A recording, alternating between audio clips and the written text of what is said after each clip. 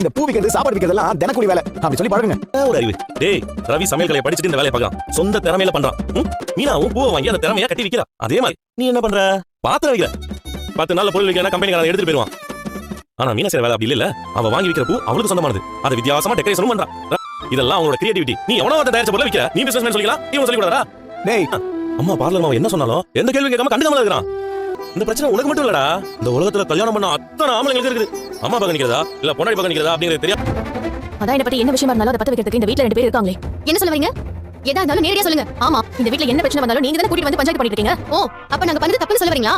என்கிட்ட வந்து கேட்டுக்கணும். இல்ல அந்த பிரவுன் மணியை தனியா வர சொல்லி என்ன வச்சு பேசிக்கணும். அதை விட்டுட்டு நேரா அவர் வீட்டுக்கு கூட்டிட்டு வந்து என்ன எப்பட மாட்டி விடலாங்கிற மாதிரி தான பண்ணி 2 பேரும். ஆண்டி இப்படி தான் கோவப்படுவாங்க தெரிஞ்சா எல்லாத்தையும் பண்ணீங்க. என் வாழ்க்கையை கெடுக்கிறதுல உங்களுக்கு ஒரு சந்தோஷம் கிடைச்சு. சும்மா எல்லாம் பேசிட்டு இருக்காங்க ரோஹினி. யார் வாழ்க்கையை கெடுத்தா நாங்க சந்தோஷப்பட மாட்டோம். எங்களுக்கு இதான் வேலையா? இருங்க. டென்ஷன் ஆகுறீங்க? நாங்க உங்க மாமா சொன்னவ தேடி போய் கூட்டிட்டு வந்தோம். சொல்ல போனா அந்த கல்யாண மண்டபத்துல மாமா அத்தனை எல்லாம் இருக்கும்போது அவர் கை கழுவ மாட்டிக்க வேண்டியது. எங்களுக்கு உண்மை தெரிஞ்சும் இவ்வளவு பெரிய விஷயத்தை மறைக்கிறது மாமாக்கு அதிக செய்ய துரோகம் இல்லையா? அதுவும் அவர் பரிசலுக்கு சம்மதி விட்டுக்காரு. நாங்க சொல்லாம விட்டுனால எப்படி தெரிஞ்சிருக்கும்?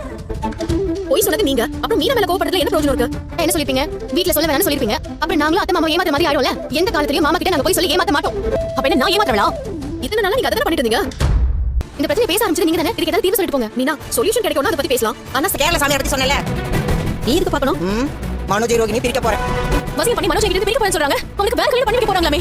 எனக்கு நீங்க ஹெல்ப் பண்ண முடியுமா? என்ன ஹெல்ப்? எந்த சாமியாரை பார்க்க போறீங்க? எங்க இருப்பாருன்னு அந்த டீடைல் என்கிட்ட சொல்லுங்க. அவங்க பண்ற வசியம் பலிக்காம இருக்க நான் ஏதாவது பண்ணணும்ல. நைஸாக வந்து எல்லா விஷயத்தையும் போட்டு கொடுத்துட்டு இப்போ வந்து நல்லது பண்ணுற மாதிரி நடிக்கிறீங்களா அப்படின்னு சொல்லி மீனாவை ரோஹிணி வாங்குவாங்கன்னு வாங்கிடுறாங்க.